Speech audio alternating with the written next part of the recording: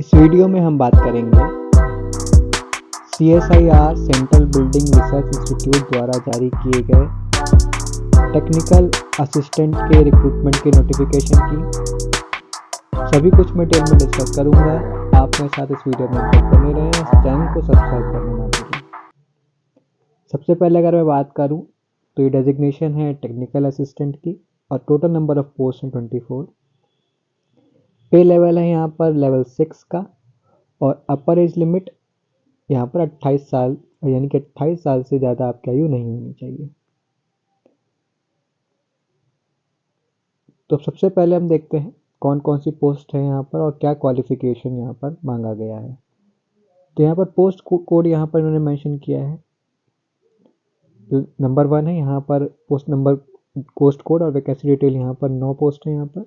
तो यहाँ पर ये डिप्लोमा इन सिविल इंजीनियरिंग या civil technology of at least 3 years full time duration with minimum 60% marks and experience of 2 years in the relevant area field, यानी कि 3 साल का डिप्लोमा और 2 साल का रिलेवेंट एरिया फील्ड का एक्सपीरियंस मांगा गया है यहाँ पर। नेक्स्ट पोस्ट कोड के लिए सेकंड नंबर पे यहाँ पर डिप्लोमा इन आर्किटेक्चर इंजीनियरिंग, यहाँ भी 3 साल का फुल टाइम ड्यूरेशन और यहाँ पर 2 साल का रिलेवेंट एरिया फील्ड और परसेंटेज मिनिमम 60% यहाँ पर मांगा गया है।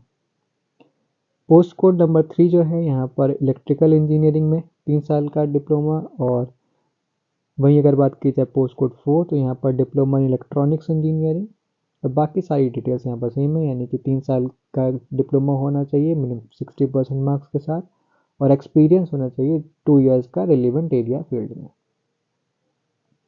नेक्स्ट है पोस्ट कोड 5 के लिए डिप्लोमा इन इंफॉर्मेशन टेक्नोलॉजी और 6 के लिए यहाँ पर diploma in mechanical engineering and technology, बाकी सारी डिटेल सेम है। 3 इयर्स फुल टाइम ड्यूरेशन और 2 इयर्स का यहाँ पर रिलेवेंट एक्सपीरियंस। नेक्स्ट है BSc केमिस्ट्री पोस्ट कोड 7 के लिए with minimum 60% marks and 1 year experience यहाँ पर चाहिए in relevant discipline from a recognised institute organisation.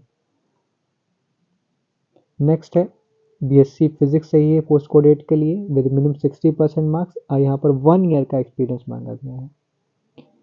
Post code 9 के लिए यहाँ पर BSc जियोलॉजी इसके equivalent with minimum 60% marks and 1 year experience, यानी कि जहाँ पर BSc एजुकेशन क्वालिफिकेशन मांगा है वहाँ पर 1 ईयर का रिलेवेंट एक्सपीरियंस चाहिए और जहाँ पर डिप्लोमा की बात की जा रही है यहाँ पर 2 ईयर्स का रीच एक्सपीरियंस यहाँ पर उन्होंने मांगा है। नेक्स्ट है पोस्ट कोड 10 के लिए BSc और equivalent with minimum 60% marks and bachelors in library science. तो ये थी टोटल पोस्ट कोड और जो भी एजुकेशन क्वालिफिकेशन थी। नेक्स्ट है यहाँ पर सिलेक्शन प्रोसीजर क्या है। तो mode of examination for technical assistant की अगर मैं बात करूँ तो for these post there will be 3 paper, यानी कि पेपर 1, पेपर 2, पेपर 3 होगा और पेपर 2 और पेपर 3 इवेल्युएट किए जाएंगे उनके जो कि मिनिमम थ्रेशोल्ड मार्क्स गेन करेंगे सिलेक्शन प्रोसेस में पेपर फर्स्ट के। पेपर फर्स्ट ये क्वालिफाइंग इन नेचर है, इसके मार्क्स नहीं जोड़ेंगे लेकिन ये आपको क्वालिफाई करना मैंडेटरी है। फाइनल मेरिट लिस्ट प्रिपेयर की जाएगी on the basis of the marks obtained by the candidates in paper 2 and paper 3। अब हम देखते हैं मोड ऑफ एग्जामिनेशन क्या है। तो OMR based objective type MCQ paper है यहाँ पर।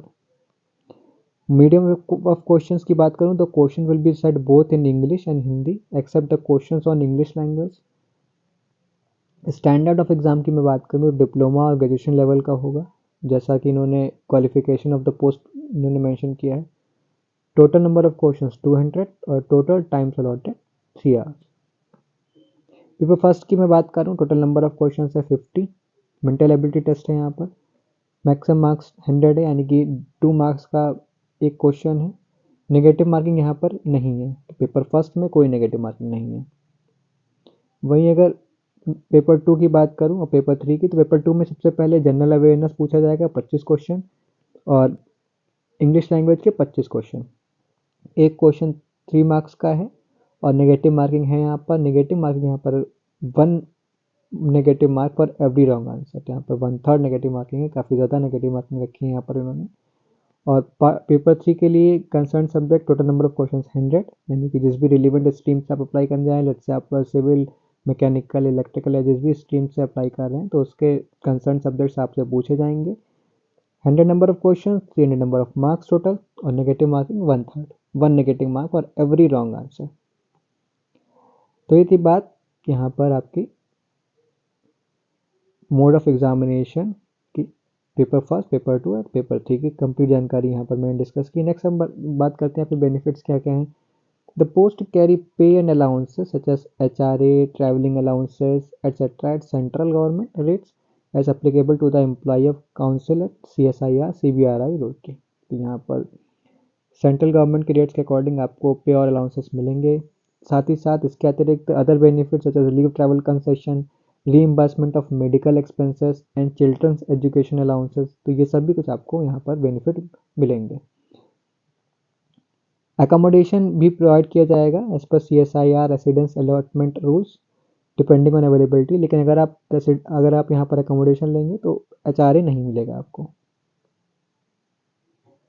नेक्स्ट यहाँ पर मैं बात करूँ एज लिमिट एंड रिलैक्सेशन की, तो upper age limit is relaxable by 5 years in case of SC/ST, 5 साल का रिलैक्सेशन है SC/ST के लिए, 3 years का रिलैक्सेशन है OBC नॉन क्रीमी लेयर के लिए। तो ये थी बात यहाँ पर एज लिमिट और रिलैक्सेशन की। नेक्स्ट यहाँ पर age relaxation to person with benchmark disability के लिए 10 साल का, और अगर आप पर्सन विद डिसेबिलिटी साथ ही साथ SC/ST कैटेगरी से टोटल 15 ईयर्स का, और 13 ईयर्स का OBC नॉन क्रीमी लेयर के लिए। और upper age limit is relaxable up to 5 years for regular employees working in CSIR, तो रेगुलर एम्प्लॉयज जो यहाँ पर ऑलरेडी काम कर रहे हैं CSIR में, उनको 5 साल का एज लिमिट में रिलैक्सेशन मिलेगा। तो ये थी बात एज लिमिट में रिलैक्सेशन की। अब नेक्स्ट हम देखते हैं यहाँ पर आपको अप्लाई कैसे करना है। Eligible candidates are required to apply online by accessing the website www.cbri.res.in, तो ये मेंशन वेबसाइट पर जाकर आप अपना ऑनलाइन आवेदन सबमिट कर सकते हैं। मैं इस लिंक को डिस्क्रिप्शन में पिन कर दूंगा, आप डायरेक्टली यहाँ से अप्लाई कर सकते हैं। The application is to be submitted in 3 distinct step. सबसे पहले आपको अपना रजिस्ट्रेशन करना है, नेक्स्ट फिर आपको फीस सबमिट करनी है, और नेक्स्ट फाइनल आपको अपना एप्लीकेशन फॉर्म सबमिट कर देना है। तो इस वेबसाइट पर जाकर आप अपना ऑनलाइन आवेदन सबमिट कर सकते हैं। नेक्स्ट अब मैं बात करता हूँ इंपॉर्टेंट डेट की। तो रजिस्ट्रेशन फीस की स्टार्टिंग डेट है, रजिस्ट्रेशन की और फीस सबमिशन की सब स्टार्टिंग डेट है यहाँ पर 10 जनवरी से स्टार्ट हो चुका है, और लास्ट डेट है वो 7 फरवरी है। तो 7 फरवरी ये लास्ट डेट है, इस डेट से पहले आप ज़रूर अप्लाई करते हैं अगर आप एलिजिबल हैं, अगर आप अप्लाई करने जा रहे हैं तो। नेक्स्ट अब मैं बात करूँ, कैंडिडेट्स आर रिक्वायर्ड टू पे एप्लीकेशन फीस ऑफ 100 रुपीज़। तो बस 100 रुपीज़ की एप्लीकेशन फीस है जो आपको सबमिट करनी पड़ेगी। और यहाँ पर no fee is payable for SC/ST, person with disability, women, CSIR employ, ex serviceman candidates. तो इन सभी को कोई भी फीस पे नहीं करनी, अन्य सभी को 100 रुपये की फीस पे करनी पड़ेगी यहाँ पर। नेक्स्ट यहाँ पर candidates required to upload his और her recent passport size scanned colour photograph, signature, ये सारे डॉक्यूमेंट्स आपको अपलोड करने पड़ेंगे। और रिलीवेंट जो भी सर्टिफिकेट्स हैं, जैसे कि आप जो भी कास्ट सर्टिफिकेट हैं, अगर आपको एज इलेक्शन चाहिए तो सारे डॉक्यूमेंट्स आपको अपने फॉर्म में सबमिट करने पड़ेंगे। तो ये थी आपकी कंप्लीट जानकारी CSIR द्वारा जारी किए गए टेक्निकल असिस्टेंट के रिक्रूटमेंट के नोटिफिकेशन की। अगर आपको ये वीडियो पसंद आया हो तो इस वीडियो को लाइक ज़रूर करें, और ऐसे ही वीडियोज़ के लिए इस चैनल को सब्सक्राइब करना ना भूलें। Thank you.